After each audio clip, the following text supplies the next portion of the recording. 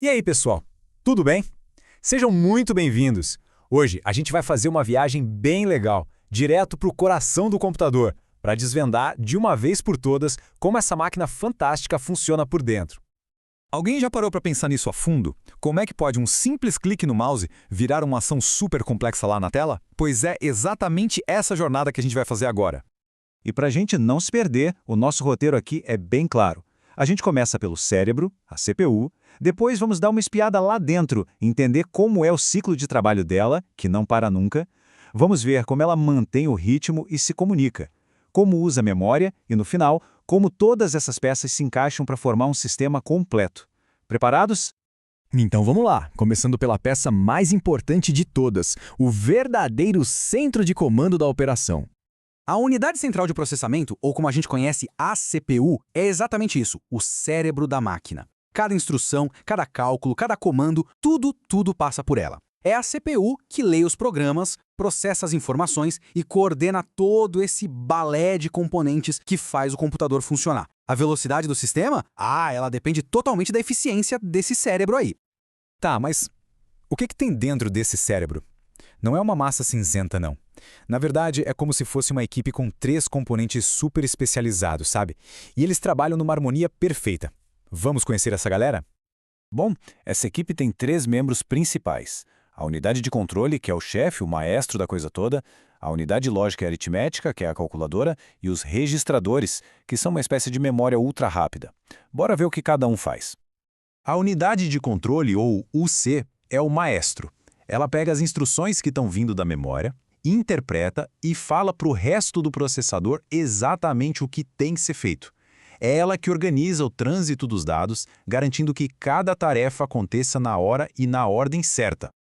Logo depois, vem a ULA. Pensa nela como se fosse a calculadora superpotente do processador. Toda a matemática, desde uma soma simples até uns cálculos bem complexos, acontece aí. E não é só isso não, hein? Ela também faz as operações lógicas, tipo comparar 2 números para ver qual deles é o maior.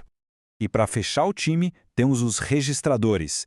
Eles são tipo a memória de curtíssimo prazo do cérebro. Sabe, são umas áreas de armazenamento minúsculas, mas absurdamente rápidas, que ficam dentro da própria CPU. Elas guardam os dados exatos que estão sendo usados num cálculo, naquele instante. Certo.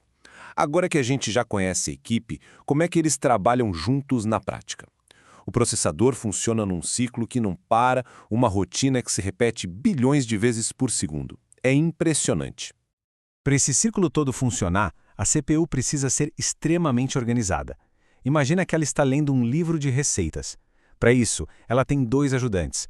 O contador de programa, que funciona como o nosso dedo na página, sempre apontando para a próxima linha da receita.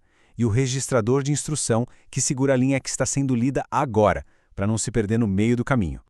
Isso leva a gente para o ciclo fundamental de 3 passos. Primeiro, a CPU vai buscar a próxima instrução lá na memória. Depois, a unidade de controle vai decodificar essa instrução para entender o que ela quer dizer. E por fim, a CPU vai executar o que foi pedido. Simples assim. Buscar, decodificar, executar. De novo, e de novo, e de novo. E aí, essa explicação do ciclo de trabalho ajudou a dar uma clareada nas coisas?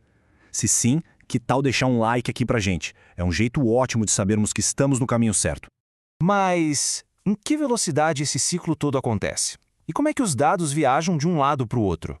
Bom, para isso, a gente precisa de 2 coisas: ritmo e estradas. O ritmo é dado pelo clock. Ele é, literalmente, a batida do coração do computador. É um pulso elétrico constante que sincroniza todas as operações. A cada batida do clock, o processador dá um passinho no seu ciclo de trabalho. E quando a gente ouve falar em, 3.5 GHz ou gigahertz, o que isso quer dizer, afinal? Quer dizer que o coração do processador bate 3.5 bilhões de vezes por segundo. É uma velocidade que é até difícil de imaginar, né? E as estradas? Bom, essas são os barramentos.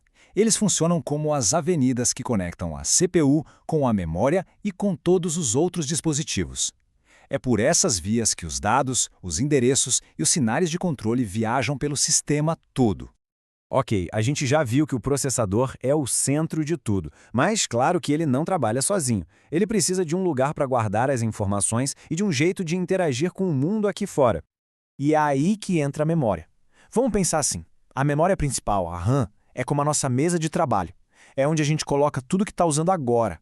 Só que ela é volátil, ou seja, se acabar a energia, a mesa fica limpa. Para guardar as coisas para sempre, a gente usa um arquivo, que seria a memória secundária, tipo o HD ou SSD. E claro, a gente precisa se comunicar com a máquina, né? Para isso, usamos os dispositivos de entrada, como o teclado e o mouse, para mandar comandos, e a máquina responde para a gente através dos dispositivos de saída, como o monitor, que mostra as imagens, ou a impressora. Então, chegamos ao ponto principal. Como é que tudo isso se junta? Como é que essas partes todas, que parecem separadas, se tornam um computador que funciona?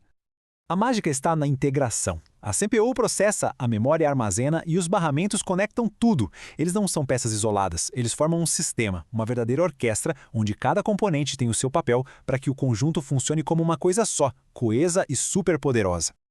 Entender essa estrutura é a base para a gente entender qualquer tecnologia digital. E isso deixa a gente com uma pergunta para pensar, né? Com o avanço da computação quântica, da inteligência artificial, o que será que o futuro reserva para essa arquitetura fundamental que já nos serve tão bem há tantas décadas?